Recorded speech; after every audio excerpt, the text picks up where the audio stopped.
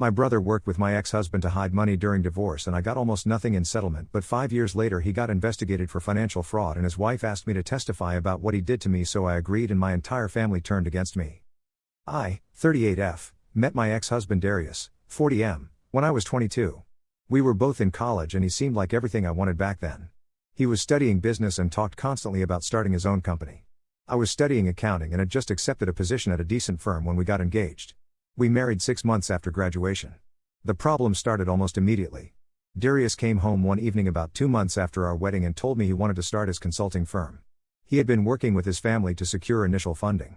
Then he said he needed me to quit my job. He explained that someone had to manage the household full-time while he built the business. He promised it would only be for 2 years maximum. I gave my notice the following week. We lived in a large house that his parents had helped us purchase in the Riverside district. The place had 5 bedrooms and needed constant upkeep. Darius left for the office every morning at 7 and returned after 9 most nights. My days consisted of cooking, cleaning, grocery shopping, managing bills, and handling all the household tasks. Darius occasionally asked for my input on financial projections or client proposals. I would spend hours reviewing his documents and offering suggestions. He never acknowledged this help to anyone else. When people asked what I did, he said I was taking time off to focus on family planning. The business did well.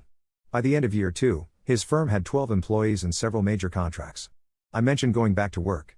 Darius said we should wait 1 more year since things were just taking off. That year turned into 3 years total. When I finally returned to work, I had a 3-year gap on my resume. The accounting firm that had hired me originally said they had no openings. I applied to smaller companies and took a position that paid about 40% less than what I would have been earning if I had never left. My new job was entry-level despite my degree and previous experience. Darius did not adjust his schedule. He still worked 12-hour days. I got home from my job around 6 and immediately started dinner, laundry, and everything else. On weekends, I cleaned the entire house while he played golf with clients. When I asked him to help with chores, he said his work was more demanding and brought in more money. He said my job was basically a hobby. This continued for another 2 years. I was constantly exhausted. We argued about small things like whose turn it was to take out the trash or why the bathroom was not cleaned properly. Darius started making comments about how I had become difficult to be around. He said I was always complaining. One Thursday evening, Darius came home at his usual time. I was folding laundry in the living room. He put his briefcase down and handed me an envelope. Inside were divorce papers. He said he had been seeing someone from his office for the past 8 months.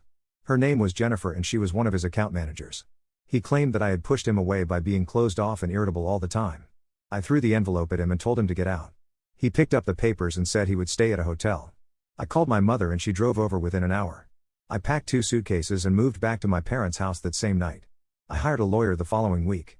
I explained everything to her, including the 3 years I had spent supporting Darius while he built his business and my contributions to his company.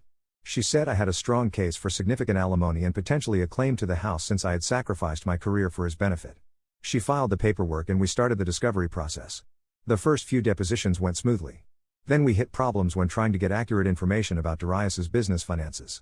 His lawyer kept providing documents that seemed incomplete. My lawyer requested additional records multiple times but kept getting vague responses.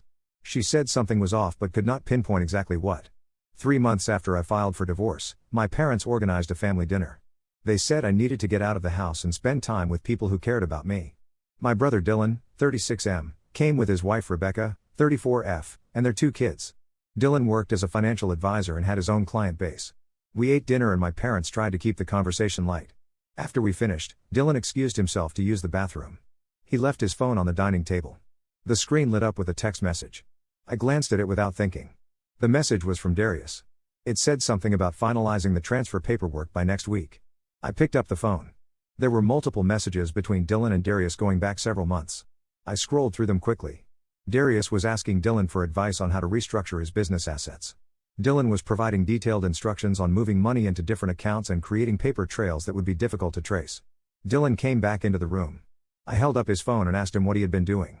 He looked at the screen and his face changed. He tried to take the phone but I stepped back. My parents asked what was happening. I read some of the messages out loud. Dylan did not deny it. He said Darius had asked for his professional opinion and he had simply provided guidance. I asked him if he knew I was trying to get those financial records in the divorce. He said Darius had mentioned it. I asked him why he would help Darius hide money from his own sister. Dylan said I was being unreasonable in the divorce. He said I was asking for too much money considering I had only been married for 7 years. He said Darius had built the business and deserved to keep what he earned. I reminded him that I had spent 3 years supporting that business without pay. He said that was my choice. I left my parents' house that night and have not spoken to Dylan since. That was 5 years ago. My parents called me a few days after the dinner. They said Dylan felt terrible and wanted to apologize. I told them there was nothing he could say that would make this acceptable. They asked me to reconsider for the sake of family unity. I said no. Over the following months, they continued to bring up Dylan in our conversations. They would mention things he was doing or ask me if I had changed my mind about speaking to him. Eventually I told them I did not want to hear about him at all. The divorce was finalized 4 months later.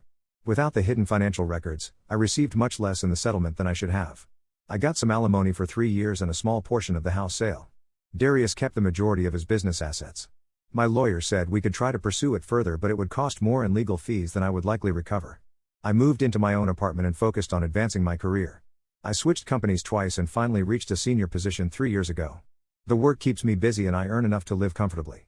I still think about the money that should have been mine. I still think about what Dylan did. My parents reconciled with Dylan about a year after our falling out. They claimed they could not just cut off their son. They said they understood my position, but Dylan was still family. They stopped mentioning him directly to me, but I knew they saw him regularly. I went to fewer family events. Holidays became difficult. I usually made an excuse and spent them alone or with friends. Last month, Rebecca called me. We had exchanged a few messages over the years but had not spoken on the phone since the divorce situation. She asked if we could meet for coffee. I agreed and we met at a place near my office. Rebecca told me that Dylan was under investigation at his firm. A client had filed a complaint claiming that Dylan had falsified documents related to their investment accounts. The firm had launched an internal review and found multiple instances of improper record keeping. The client was Rebecca's father. He had trusted Dylan to manage his retirement accounts and discovered that significant amounts of money were missing or had been moved without authorization. Rebecca said she was filing for divorce. She said she could not stay married to someone who had been dishonest in his professional life and had also betrayed his own family. She was seeking full custody of their 2 children who were now 8 and 10 years old. She asked if I would be willing to provide a statement about what Dylan had done during my divorce. She said it would help establish a pattern of unethical behavior and dishonesty. She said it would support her custody case by showing that Dylan could not be trusted to make sound moral decisions. I told her I needed time to think about it. She said she understood and gave me her lawyer's contact information. I thought about it for a week. Dylan had cost me a significant amount of money and had chosen Darius over his own sister. He had helped someone deceive me and had shown no remorse. Now he was in trouble for doing the same thing to other people, including his own father-in-law. I called Rebecca's lawyer and said I would provide a statement. I described what had happened during my divorce, including the messages I had found on Dylan's phone and his admission that he had helped Darius hide assets. The lawyer thanked me and said it would be very helpful. 2 days later, my mother called. She said Dylan had told them about the investigation and Rebecca's divorce filing. She said they were devastated. Then she said she had heard I was helping Rebecca. She asked if it was true. I said yes. My mother asked why I would do that to my own brother. I did not respond right away. She continued talking and said Dylan was already facing serious problems at work and I was making things worse. She said what I was doing was vindictive. She said I was holding on to anger from something that happened years ago. I told her that Dylan had stolen from me. I told her he had helped Darius cheat me out of money I was entitled to. She said that was between Darius and me and had nothing to do with Dylan. I reminded her that Dylan had actively participated in hiding assets. She said he had made a mistake. I asked her why she had never pressured Dylan to make things right. I asked her why Dylan had never apologized or tried to pay me back any of the money I lost because of him. She said those were separate issues. She said testifying against him now was cruel and unnecessary. I told her I disagreed and ended the call. Am I wrong for agreeing to testify against my brother in his custody case after he helped my ex-husband hide assets from me 5 years ago? Update 1: I posted a few weeks ago about my brother Dylan who helped my ex-husband hide assets during our divorce. His wife Rebecca asked me to testify against him in their custody case and I agreed. A lot has happened since then. After my mother called me the first time, I did not hear from my parents for about a week. Then my father called. He did not mention the situation right away. He asked how I was doing and talked about general things for a few minutes. Then he brought up Dylan. He said Dylan was facing potential criminal charges in addition to the civil lawsuit from Rebecca's father. The firm had reported their findings to the state regulatory board and law enforcement had gotten involved. He said Dylan might lose his license and could face jail time depending on what they found. My father said the family needed to stick together during difficult times. He said I should reconsider helping Rebecca because it was only going to make things worse for Dylan. He said Dylan had not been thinking clearly when he helped Darius and had probably not understood the full implications of what he was doing. I asked my father if he really believed that. I asked if he thought a financial advisor did not understand what he was doing when he helped someone hide assets during a divorce. My father said people make mistakes. I pointed out that this was not a mistake. Dylan had actively chosen to help Darius instead of staying out of it or warning me. My father said I was being harsh. I told him I had to go and ended the call. He called back twice that evening but I did not answer. A few days after that conversation, I received a text message from Dylan. It was the first direct contact I had from him in 5 years. The message was long. He said he knew I was angry and that he understood why. He said he had regretted what he did but had not known how to fix it. He said he was asking me for one favor. He asked me to tell Rebecca's lawyer that I could not provide a statement. He said if I did this for him, he would never contact me again and would accept that our relationship was over. I read the message several times. I did not respond. Instead, I took a screenshot and sent it to Rebecca's lawyer. I explained that Dylan had contacted me directly and was attempting to convince me not to testify. The lawyer thanked me and said it was helpful evidence. Rebecca called me 2 days later. She said her lawyer had shown her the screenshot. She also said she had found out more information about why Dylan had helped Darius during my divorce. She asked if I wanted to know. I said yes. Rebecca explained that Dylan and Darius had continued doing business together after my divorce was finalized. Darius had referred several of his clients to Dylan. These clients were people who wanted to move money around in ways that were not entirely legal but were difficult to track. Dylan had built a side business helping these people hide assets from their spouses, the IRS, and business partners. Darius had essentially provided Dylan with a new income stream in exchange for his help during our divorce. I asked Rebecca how she knew this. She said she had gone through old files in their home office when she was preparing for the divorce. She found records of consultations and fee agreements with people who were all connected to Darius. She said some of the amounts were significant. Dylan had been earning tens of thousands of dollars doing this work. So Dylan had not helped Darius because of friendship or misguided loyalty. He had helped Darius because Darius had paid him through referrals and future business opportunities. I asked Rebecca if she had given this information to her lawyer. She said yes.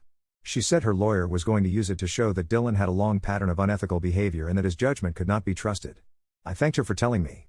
After we hung up, I sat in my apartment for a long time. I had spent 5 years thinking that Dylan had betrayed me because he thought I was being greedy or unfair. But he had actually sold me out for money and professional connections. My mother called again the next day. She said she knew Dylan had texted me and that I had shared it with Rebecca's lawyer. She asked how I could do that to him.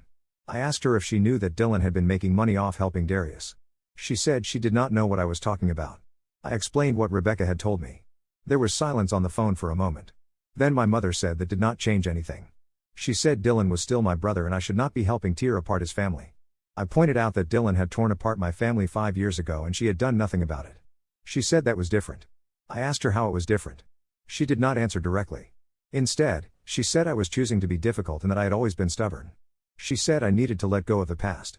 I told her that the past was directly relevant to Dylan's current situation because it showed he had been dishonest for years. She said I was being self-righteous.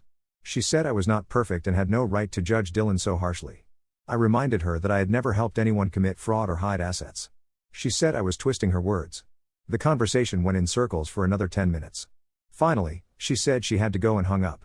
I have not heard from my father since his first call. I assume he and my mother have discussed the situation and decided that pressuring me is not working. Rebecca's lawyer formally submitted my statement 2 weeks ago. I described finding the messages on Dylan's phone, his admission that he had helped Darius, and his recent attempt to contact me to ask me not to testify. I also mentioned what Rebecca had told me about the ongoing business relationship between Dylan and Darius, though I noted that I had not personally witnessed that part. Dylan's lawyer apparently tried to get my statement excluded. They argued that the events from 5 years ago were not relevant to the current custody case. The judge disagreed. The statement was accepted into evidence. Rebecca told me yesterday that the custody hearing is scheduled for next month.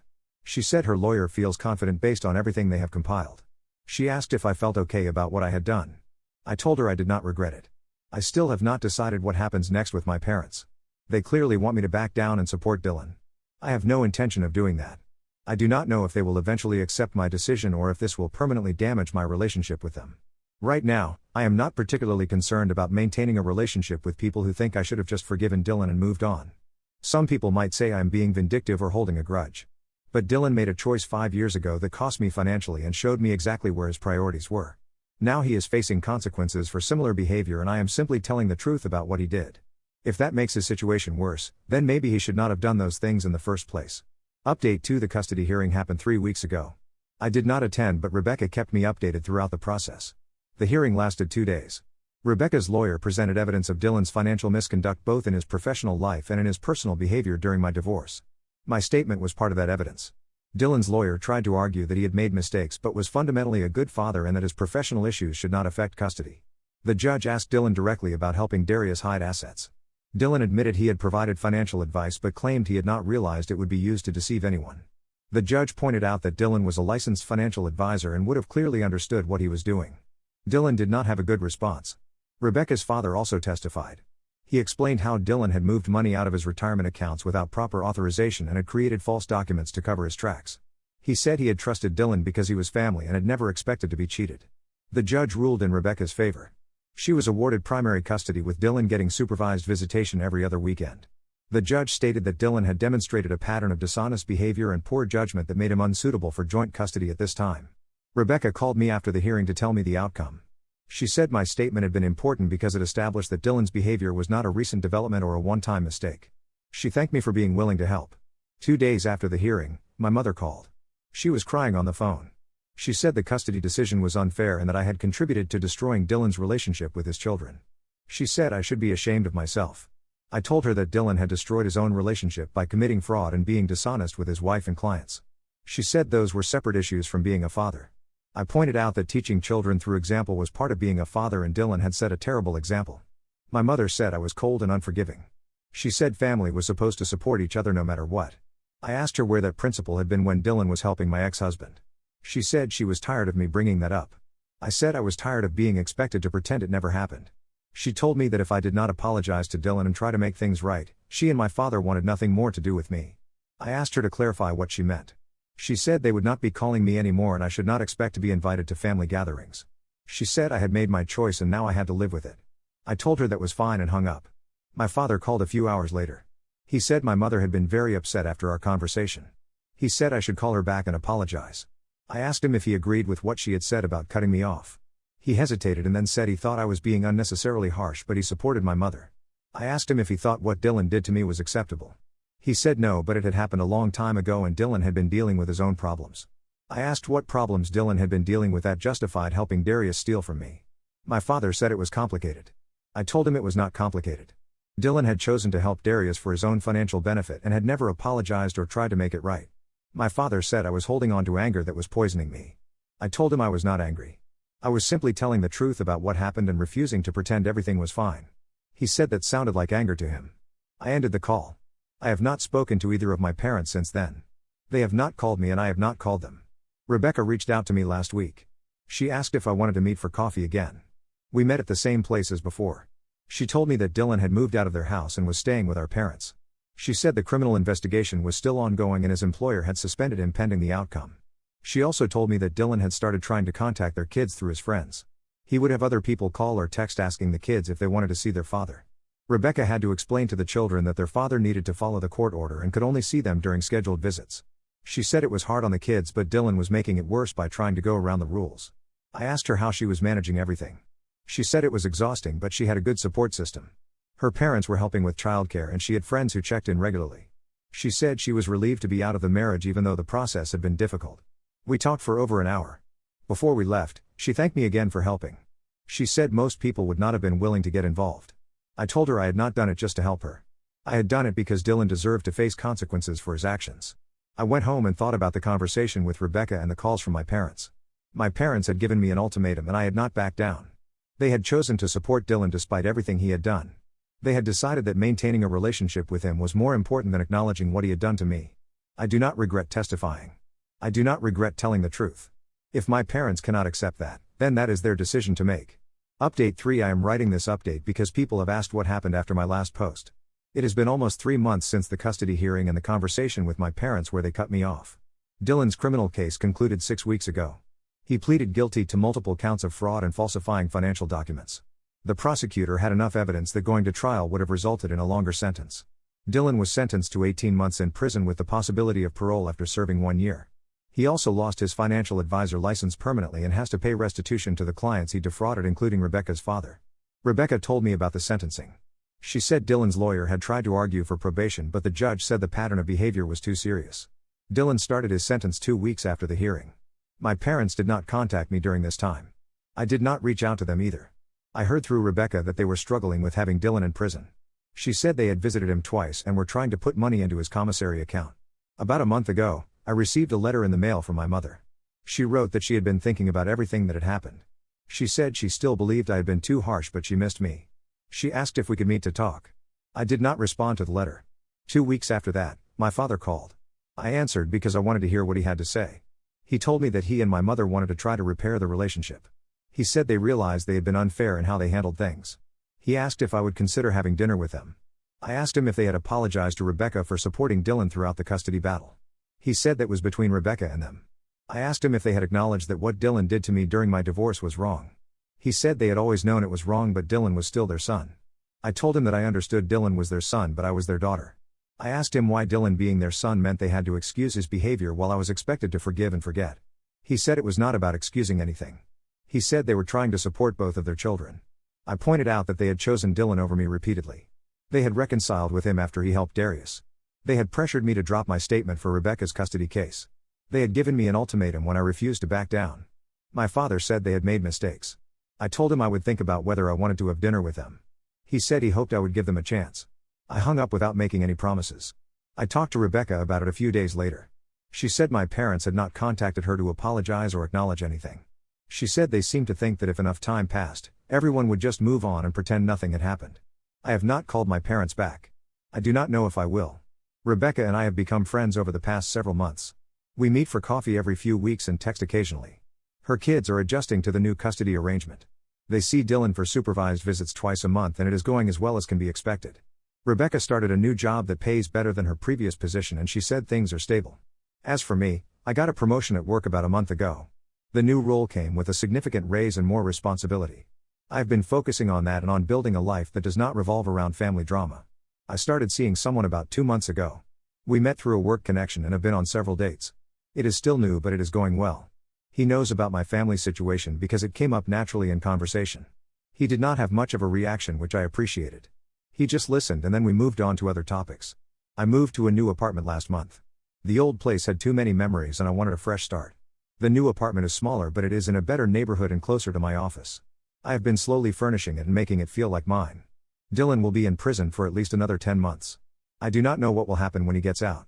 I assume he will try to rebuild his life in some way. That is not my concern.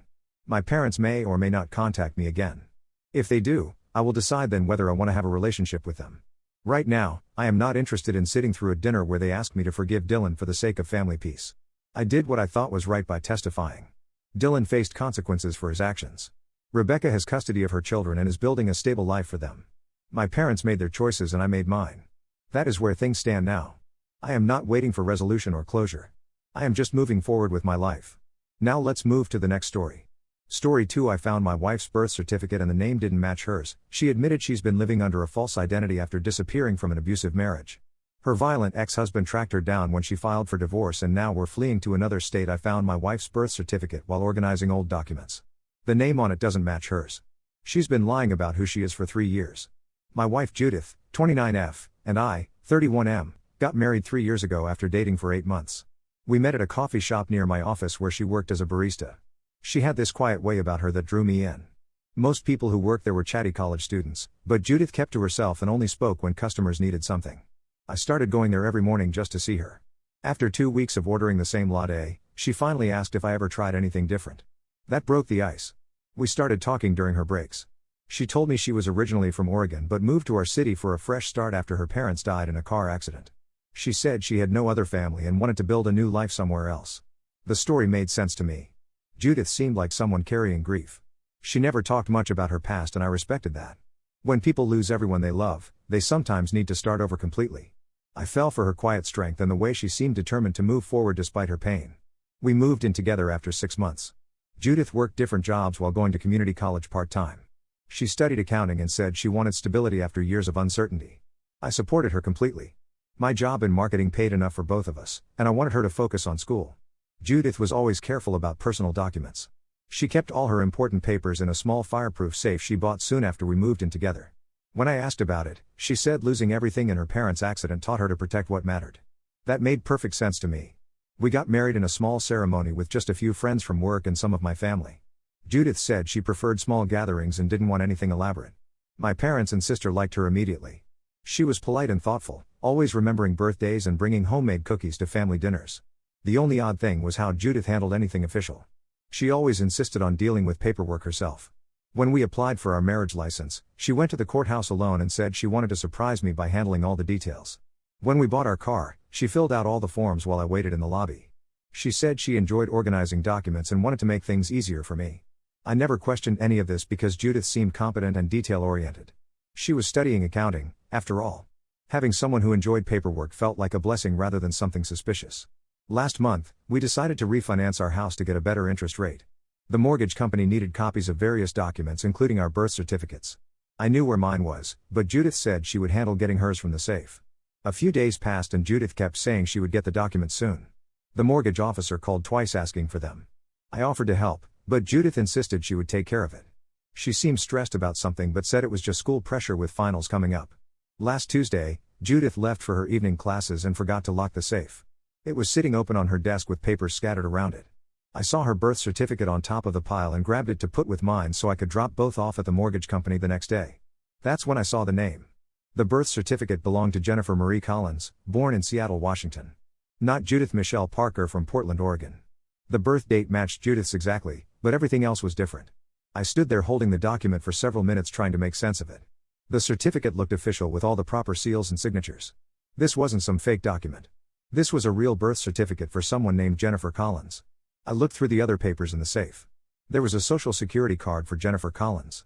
A high school diploma from Roosevelt High School in Seattle for Jennifer Collins. A community college transcript from Spokane for Jennifer Collins showing she had studied business administration, not accounting like she told me. There was also a newspaper clipping from a Seattle paper dated 4 years ago. The headline read "Local Woman Missing After Domestic Violence Incident." The article described how Jennifer Marie Collins, 25, had disappeared after neighbors reported hearing screaming and fighting from her apartment. Police found signs of a struggle but no trace of Jennifer. Her boyfriend, Kevin Mitchell, claimed she had left voluntarily after an argument, but police considered him a person of interest. The article included a photo. It was definitely Judith, but with longer hair and wearing different style clothes than I'd ever seen her in. At the bottom of the safe was a pile of cash. Not a small emergency fund, but thousands of dollars in various denominations held together with rubber bands. There was also a prepaid cell phone I'd never seen before. I put everything back exactly as I found it and closed the safe. Then I sat in our living room until Judith came home from class. She walked in carrying her backpack and kissed my cheek like always. She asked about my day and started talking about her accounting assignment. I wanted to ask her about Jennifer Collins immediately, but something stopped me. The newspaper article mentioned domestic violence and a missing person case. If Judith was really Jennifer, she had run away from someone who hurt her. Maybe she created a new identity to stay safe. But that still meant she had lied to me about everything. Her name, where she was from, her education, her dead parents. Our entire relationship was built on a false identity. I couldn't sleep that night. Judith seemed completely normal, talking about weekend plans and asking if I wanted to try a new restaurant. She had no idea I knew anything. The next morning after Judith left for work, I called in sick and drove to the library. I spent hours researching Jennifer Collins online. The missing person case was still officially open, though it appeared no active investigation was happening. Kevin Mitchell had been arrested twice for domestic battery involving other women since Jennifer disappeared. I found Jennifer's Facebook page, which had been inactive for 4 years. The last post showed photos of her with Kevin Mitchell. In the early pictures, she looked happy. In later ones, she appeared thinner and more withdrawn. One photo showed a bruise on her arm that she'd tried to cover with makeup. There were comments from friends asking if she was okay and saying they missed her. Her mother had posted several times asking Jennifer to come home and saying the family was worried. The most recent post from her mother was from 6 months ago, still asking for any information about Jennifer's whereabouts. I also found records showing that Jennifer Collins had died legally. 2 years after she disappeared, she was declared dead in absentia. Her family had held a memorial service. This meant Judith was living under a dead person's identity. Her own identity. She had essentially killed off Jennifer Collins and become Judith Parker. I spent the rest of the day trying to decide what to do. Part of me understood why she might have needed to disappear. The articles about Kevin Mitchell made it clear he was dangerous. If Jennifer needed to escape an abusive relationship, creating a new identity might have been her only option. But she had lied to me about everything for 3 years. We were married under a false name. I didn't even know my wife's real identity. When Judith came home that evening, I watched her go through her normal routine. She changed clothes, started dinner, and asked about refinancing paperwork. She mentioned that she'd found her birth certificate and would give it to me tomorrow. I knew she was planning to give me a fake document. She probably had Judith Parker's birth certificate somewhere, though I had no idea how she'd obtained it. I went to bed that night next to someone I thought I knew completely, but who was actually a stranger. She fell asleep easily while I stared at the ceiling trying to figure out what to do next. The next day, Judith handed me a birth certificate for Judith Michelle Parker. It looked as official as the Jennifer Collins certificate, but I now knew it had to be fake or belong to someone else. I took both documents to the mortgage company and watched Judith's fake identity help us qualify for better loan terms. The loan officer complimented us on having such organized paperwork. That afternoon, I made a decision. I needed to know the whole truth before I could figure out what to do about our marriage. I planned to confront Judith that weekend when we'd have time to talk without work interruptions. I had no idea if she would tell me the truth, deny everything, or disappear again like she had 4 years ago. But I couldn't keep living with someone whose real name I didn't even know. Update 1: I confronted Judith about the Jennifer Collins documents. She admitted everything but claimed she only lied to protect us both. Now I've discovered she might still be married to someone else. 3 weeks ago, I sat Judith down on Saturday morning and put the Jennifer Collins birth certificate on our coffee table. I told her I knew who she really was and asked her to explain everything. Judith stared at the document for a long time without saying anything. Then she walked to the kitchen and poured herself a glass of water. Her hands were shaking slightly, but she didn't seem surprised that I'd found out. She sat back down and told me her story. Most of it matched what I'd found in my research, but with more details about how bad things had gotten with Kevin. Jennifer had met Kevin when she was 22 and working at a restaurant in Seattle. He seemed charming at first, but became controlling within months. He started checking her phone, showing up at her work unannounced, and getting angry when she spent time with friends or family. The physical abuse started about a year into their relationship. Kevin would hit her during arguments, then apologize and promise it wouldn't happen again. He convinced her that she was the problem and that his behavior was normal relationship stuff. Jennifer tried to leave twice. The first time, Kevin found her at her sister's house and convinced her to come back. The second time, he tracked her down at a friend's apartment and caused such a scene that the police were called. But Jennifer was too scared to press charges. The final incident happened on a night when Kevin came home drunk and angry about something at work. He beat Jennifer badly enough that she needed medical attention, but she was afraid to go to a hospital where they might ask questions. That night, while Kevin was passed out, Jennifer took whatever cash she could find in the apartment and left with just the clothes she was wearing. She knew Kevin would look for her, so she couldn't go to any friends or family members. Jennifer spent her first few weeks sleeping in her car and using public restrooms. She had enough money for food and gas, but knew it wouldn't last long. She also knew Kevin was looking for her because she saw him drive past places where she used to work. That's when Jennifer decided she needed to become someone else completely. She researched how to create a new identity and discovered it was harder than movies made it look, but not impossible for someone determined enough. Jennifer started by finding obituaries for young women who had died recently but might not have established much of a credit history or online presence. She found Judith Michelle Parker, who had died in a car accident in Portland at age 25. Judith had been single with no children and her obituary mentioned she was new to the area. Using Judith's basic information, Jennifer was able to slowly build a new identity. She got a job paying cash at a small restaurant outside Seattle. She used that address and pay stubs to get a library card, then a gym membership, then eventually a bank account. The process took months, but Jennifer was patient because she knew Kevin was still looking for her. She saw missing person posters with her photo around Seattle for almost a year. Eventually, Jennifer felt safe enough to apply for jobs using Judith Parker's identity. She had destroyed everything connected to Jennifer Collins except for the documents I found, which she kept in case she ever needed to prove who she really was. Jennifer moved to our city 2 years after disappearing from Seattle.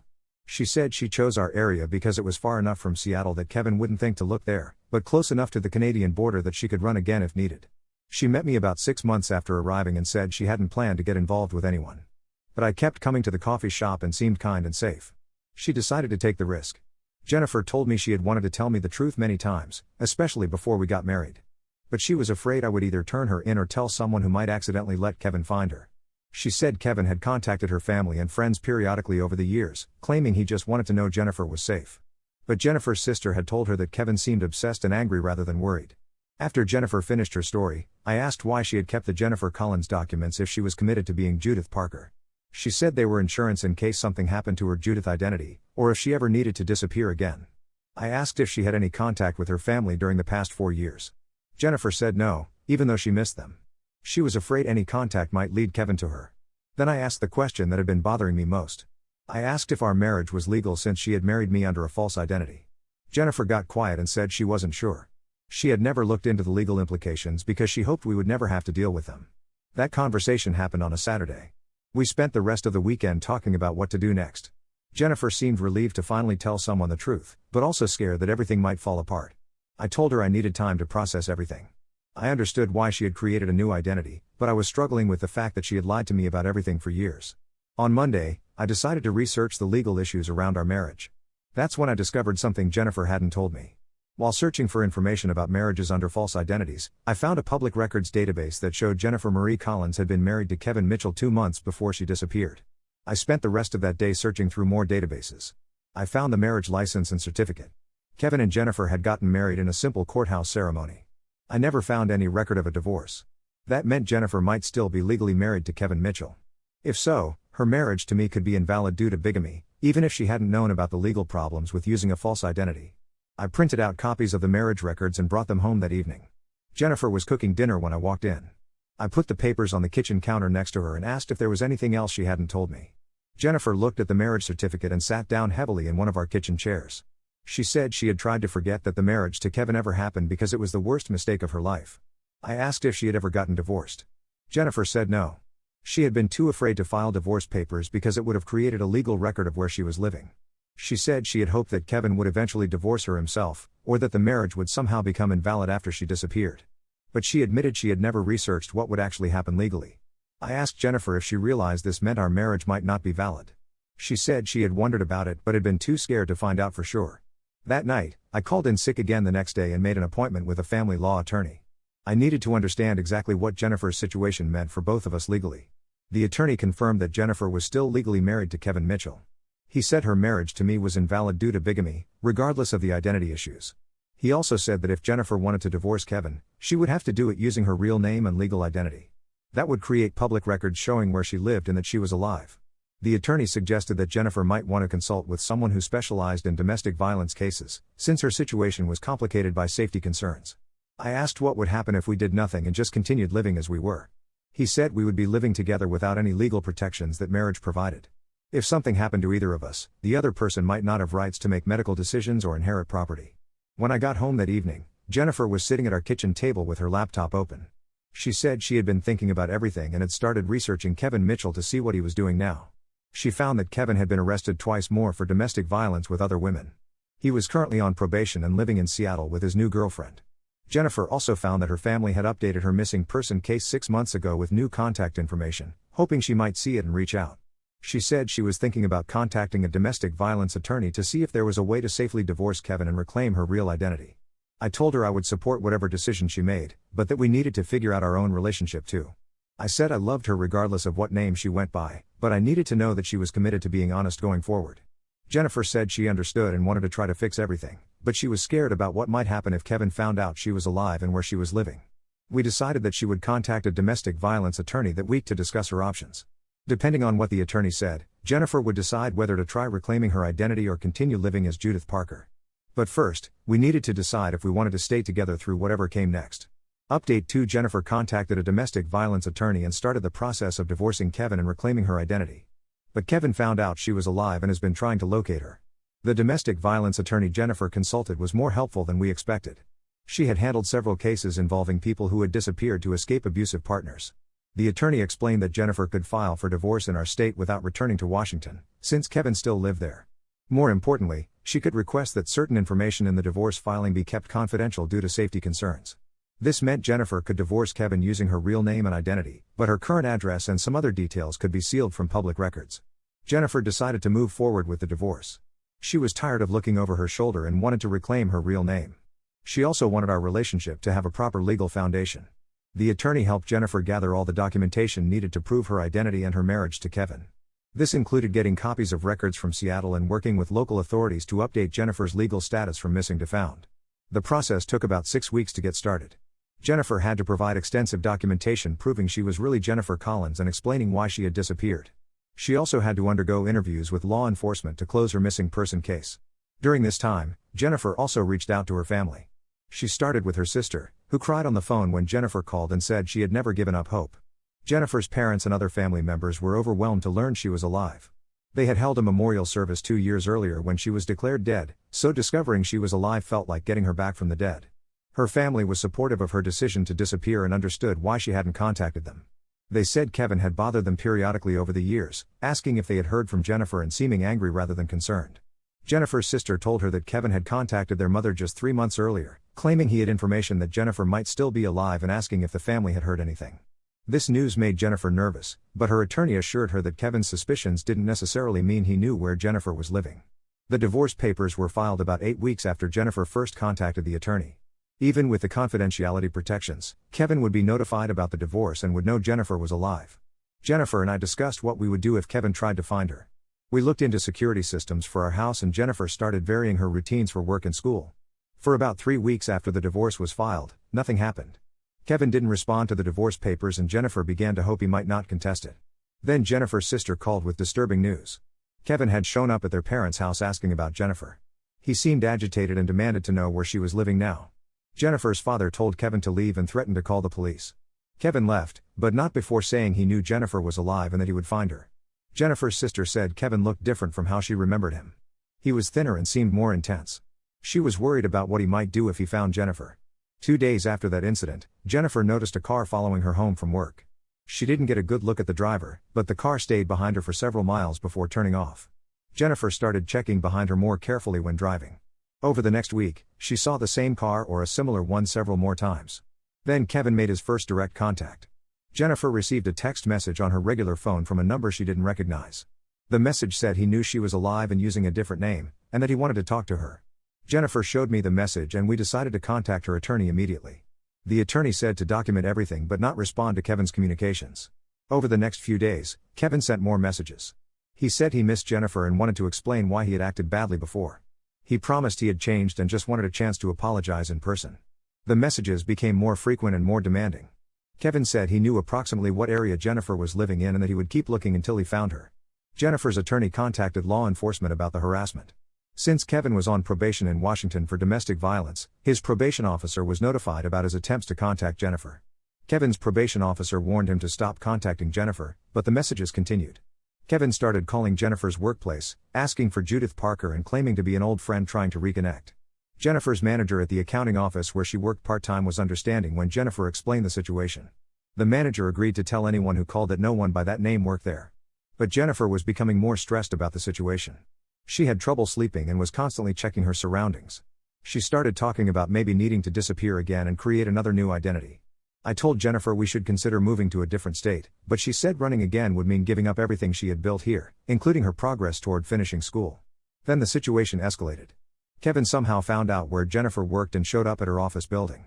Jennifer saw him in the parking lot when she was leaving work and ran back inside. Kevin waited in the parking lot for over an hour. Jennifer's manager called building security and eventually the police. Kevin left before the police arrived, but not before Jennifer got a clear look at him. She said Kevin looked older and more worn down than she remembered, but also more determined. He saw her watching from the office window and waved at her in a way that seemed more threatening than friendly. That night, Jennifer packed a bag with essentials and we drove to a hotel in a different part of the city. We checked in under my name and paid cash. Jennifer's attorney was working on getting a restraining order, but said it would take a few days due to the multi-state nature of the situation. While we were at the hotel, Kevin left several voicemails on Jennifer's phone. He said he knew she was hiding and that he would keep looking. He also said he had been watching our house and knew she lived with someone. The voicemails made it clear that Kevin knew more about Jennifer's current life than we had realized. He mentioned details about our neighborhood and seemed to know what kind of car Jennifer drove. Jennifer's attorney expedited the restraining order and it was granted within 48 hours. Kevin was served with the order and warned to stay away from Jennifer in our city. For about a week, things were quiet. Kevin stopped calling and texting. Jennifer cautiously returned to work, though she arranged to have a coworker walk her to her car each evening. Then we discovered Kevin hadn't given up. He had simply gotten more careful about how he was gathering information. Jennifer's sister called to say Kevin had contacted several of their mutual friends from Seattle, asking about Jennifer and claiming he needed to find her because of some legal matter related to their marriage. Some of their old friends didn't know Jennifer had disappeared or that Kevin was abusive. A few of them had mentioned on social media that they were glad to hear Jennifer was safe and doing well. Kevin was using these social media posts to gather clues about where Jennifer might be living. He had apparently figured out which state she was in and was working on narrowing down the specific location. Jennifer decided she needed to be more proactive about protecting herself. She changed her phone number and deleted all her social media accounts. She also asked her family and friends to avoid posting anything that might give Kevin more information. But the damage was already done. Kevin had enough information to keep searching, and he clearly wasn't going to give up easily. Jennifer's attorney suggested we consider involving federal authorities, since Kevin was now crossing state lines to stalk Jennifer. But that would require more documentation and might take weeks to set up. Jennifer and I discussed our options. We could try to wait out the legal process and hope Kevin would eventually give up or get arrested for violating the restraining order. Or Jennifer could disappear again, giving up her progress toward reclaiming her identity and starting over somewhere else. Neither option felt good, but Kevin's persistence was making it clear that staying in our current location might not be safe much longer. Update 3: Kevin violated the restraining order and was arrested, but the experience convinced Jennifer that she needed to make a permanent move. We relocated to a different state and she's rebuilding her life again under her real name. 2 weeks after my last update, Kevin drove to our city and was arrested in our neighborhood. A neighbor called police about a suspicious man sitting in a car and taking photos of houses on our street. When police ran Kevin's license plate, they discovered he had an active restraining order prohibiting him from being within 500 miles of Jennifer's location. He was arrested immediately and held pending a hearing. Kevin's arrest was both a relief and a wake-up call.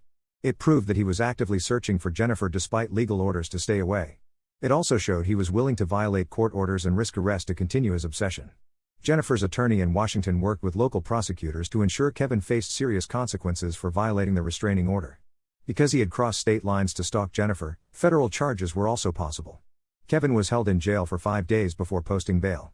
During his court hearing, he claimed he had been in our city for job interviews and hadn't known he was near Jennifer's location.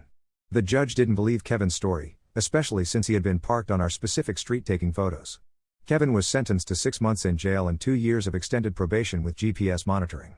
Jennifer was relieved that Kevin would be in jail for several months, but she remained worried about what would happen when he was released. His behavior showed he was unlikely to give up his search just because of legal consequences. During the weeks following Kevin's arrest, Jennifer and I had many long conversations about our future. Jennifer felt like she would never be completely safe as long as Kevin knew she was alive and living somewhere under her real name. She had worked so hard to reclaim her identity and reconnect with her family. But Kevin's relentless pursuit was making it impossible for her to have a normal life. I suggested we consider moving to a different state where Kevin would have a harder time finding us. Jennifer was hesitant at first because she didn't want to uproot her life again. But after talking with her family and her attorney, Jennifer decided that relocating might be the best option for long-term safety. Her attorney said many stalking victims eventually had to move to truly escape their abusers. Jennifer's family was supportive of whatever decision she made. Her parents offered to help financially with relocation costs, and her sister said she would consider moving to be closer to wherever Jennifer settled. We spent about a month researching different states and cities that might offer better security and opportunities. We looked for places that were far from Seattle, had good job markets, and had strong law enforcement resources for dealing with domestic violence cases. We eventually chose a mid-sized city in a state neither Jennifer nor I had ever lived in. It was far enough from both Seattle and our current location that Kevin would have difficulty finding us even if he resumed his search after being released from jail. I was able to transfer to a different branch of my company in the new city. Jennifer planned to finish her accounting degree at a community college there and look for part-time work. The moving process took about 6 weeks to coordinate. We sold our house and most of our furniture to avoid having to ship large items that could be traced. Jennifer closed all her local accounts and opened new ones in our destination city. Jennifer also worked with her attorney to update her address confidentially in all legal proceedings related to her divorce from Kevin. The divorce had been finalized while Kevin was in jail, so that legal issue was finally resolved. Before we moved, Jennifer spent a week visiting her family in Seattle. It was the first time she had seen them in person in over 4 years. Her parents said she looked healthier and more confident than when she was with Kevin, but they could also see the stress that years of hiding had caused. Jennifer's sister decided to move closer to our new city as well. She found a job about an hour away from where we were relocating, which would allow them to see each other regularly while maintaining some distance for security purposes. We completed our move 3 months ago. Jennifer is enrolled in school and working part-time at a small accounting firm. I started my new job and we're renting a house in a quiet neighborhood while we decide if we want to settle here permanently. Jennifer is using her real name for everything now. It took her a few weeks to get used to being called Jennifer instead of Judith, but she says it feels good to be herself again. We haven't had any contact from Kevin since his arrest. Jennifer's attorney says Kevin was released from jail 2 months ago but is being monitored closely by his probation officer. As far as anyone knows, he has remained in the Seattle area. Jennifer still takes precautions about her personal information and varies her routines, but she's no longer constantly looking over her shoulder. She says this is the most secure she has felt since she first left Kevin 4 years ago. We got legally married last month using Jennifer's real name. It was a small ceremony with just my family and Jennifer's parents and sister attending. Jennifer said it felt like we were getting married for the first time, since our previous ceremony had been based on her false identity. Jennifer is considering changing her last name to mine now that we're properly married. She says it would provide an additional layer of protection by making her harder to find, while still allowing her to live under her real first name. We're both hopeful that Kevin will eventually move on with his life and stop searching for Jennifer. But we're prepared to take additional security measures if necessary. Jennifer says she's grateful to finally be living as herself again, even though the circumstances that made it possible weren't ideal. She's reconnected with old friends from Seattle and is building new friendships in our current city. The whole experience taught us both how much someone can hide about their past, but also how much two people can go through together when they're committed to making things work. Jennifer still has difficult days when she worries about Kevin finding her again. But she says having her real identity back and being reconnected with her family makes it worth the ongoing security concerns. We're taking things one day at a time and trying to build the normal life together that we both want.